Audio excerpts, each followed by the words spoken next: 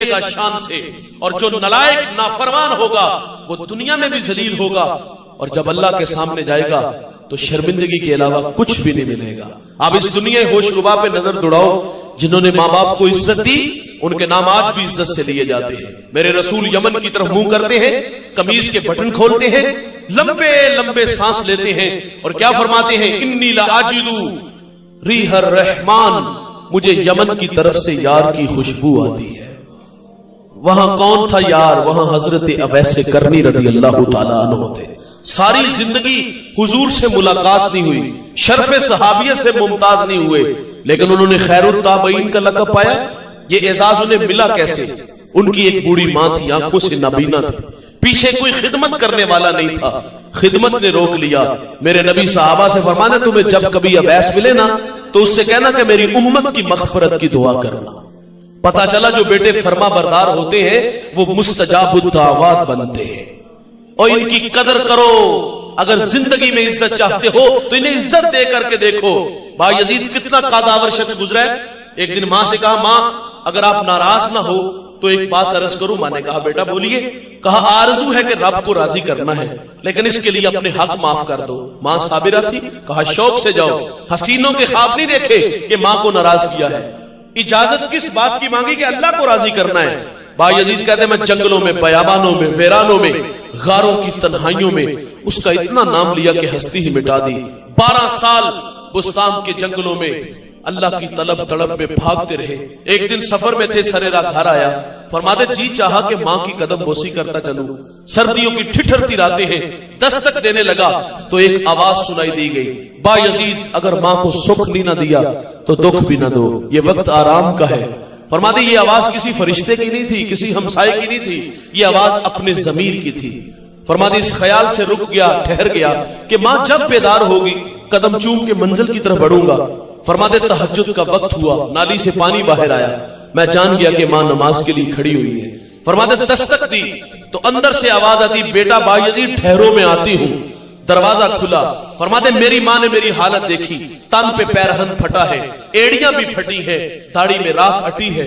فرماتے مجھے دیکھا کلیجہ پسیج آیا، اور دیکھ کر کے یوں ہاتھ اٹھا لیے اور کہا مالک میں نے با یزید کو تیری راہوں میں بھیجا تھا اور تو نے ابھی تک اس کو اپنا قرب نہیں عطا کیا۔ با یزید کہتے واللہ یہ ماں کے میٹھے بول تھے کہ میری ایک تصوف کی منزل جو چلوں اور مراقبوں سے بھی حل نہیں ہو رہی تھی، ماں کے ہاتھ اٹھنے کی دیر تھی کہ میری رکی ہوئی منزل اسی وقت حل ہو گئی۔ فرماتے مالک میں تجھے جنگلوں سے ڈھونڈ رہا ہوں، تو میری ماں کے پاس رہتا ہے۔ جس نے جو بھی پایا ہے بھائی خدمت سے پایا ہے۔ میں نے ابن کثیر میں ایک واقعہ پڑھا ہے، ایک بوڑھا 4 بیٹے رکھتا تھا، یہ پچھلی امتوں کا تذکرہ ہے۔ بوڑھا زندگی موت سے لڑنے لگا، بولو براز چارپائی پہ ہے۔ سب سے چھوٹے نے تینوں کو جمع کیا، کہا عجیب فیصلہ تمہارے سامنے رکھنا چاہتا ہوں۔ والد اس وقت بیماری سے جنگ لڑ رہے ہیں اور انہیں خدمت کی ضرورت ہے۔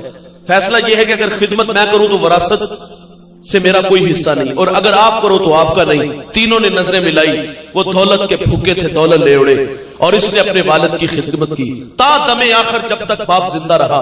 اتنی خدمت کی، ہمارے دیہاتوں میں جب ہمارے بوڑھے راضی ہونا، اور بہت کم روزی راضی ہوتے ہیں، ہم راضی کرتے ہی نہیں نا، تو جب راضی ہو تو ایک کلمہ بولتے، جملہ بولتے ہیں، جا پتر تینو ستئی خیران ہے۔ وہ دنیا سے جانے لگا تو لبوں پہ یہی کلمات تھے، بیٹا میں راضی ہوں، جس کا باپ راضی اس کا رب راضی۔ دنیا سے چلا گیا، معیشت کی جو غربت کی لکیر پہ کھڑا ہے۔ ایک شب سویا، اللہ کا ایک بندہ خواب میں ملا، بیٹا فلاں شجر کے نیچے 100 درہم پڑا ہے، اٹھاؤ لے آؤ۔ سوال کیا اس میں برکت ہے؟ کہا برکت نہیں ہے، کیونکہ کثرت اور ہے برکت اور ہے۔ دوسرے دن پھر ملے، کہا وہاں 10 درہم پڑے ہیں، کہا برکت ہے، کہا برکت نہیں ہے۔ تیسرے دن ملے، کہا وہاں 1 درہم ہے، کہا برکت ہے، کہا ہاں اس میں برکت ہے۔ وہاں سے درہم اٹھایا، بازار لے گئے، وہاں ایک دکاندار آواز دے رہا تھا 1 درہم میں 2 مچھلیاں گھر لایا، پیٹ چاک کیے، 2 قیمتی موتی نکلے، 1 موتی لے کے بازار آیا، اور جس کو بھی دکھایا اس نے کہا پورے بازار میں اس کی کوئی قیمت نہیں ادا کر سکتا۔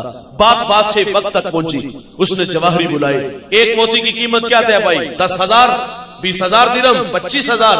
نہیں دوست، 1 درہم کی قیمت، 1 موتی کی قیمت 30 خچر، ان پہ جتنا سونا لاد دیا جائے ایک موتی کی قیمت طے پاتی ہے، وہ سونا اٹھاتا ہے اور گھر لے جاتا ہے۔ بادشاہ دوبارہ طلب کرتا ہے، کہتا ہے کہ تیرے پاس کوئی اور موتی ہے؟ کہا ہاں ہے۔ کہا بیچتے ہو؟ کہا ہاں بیچتا ہوں۔ کہا لوگے کیا؟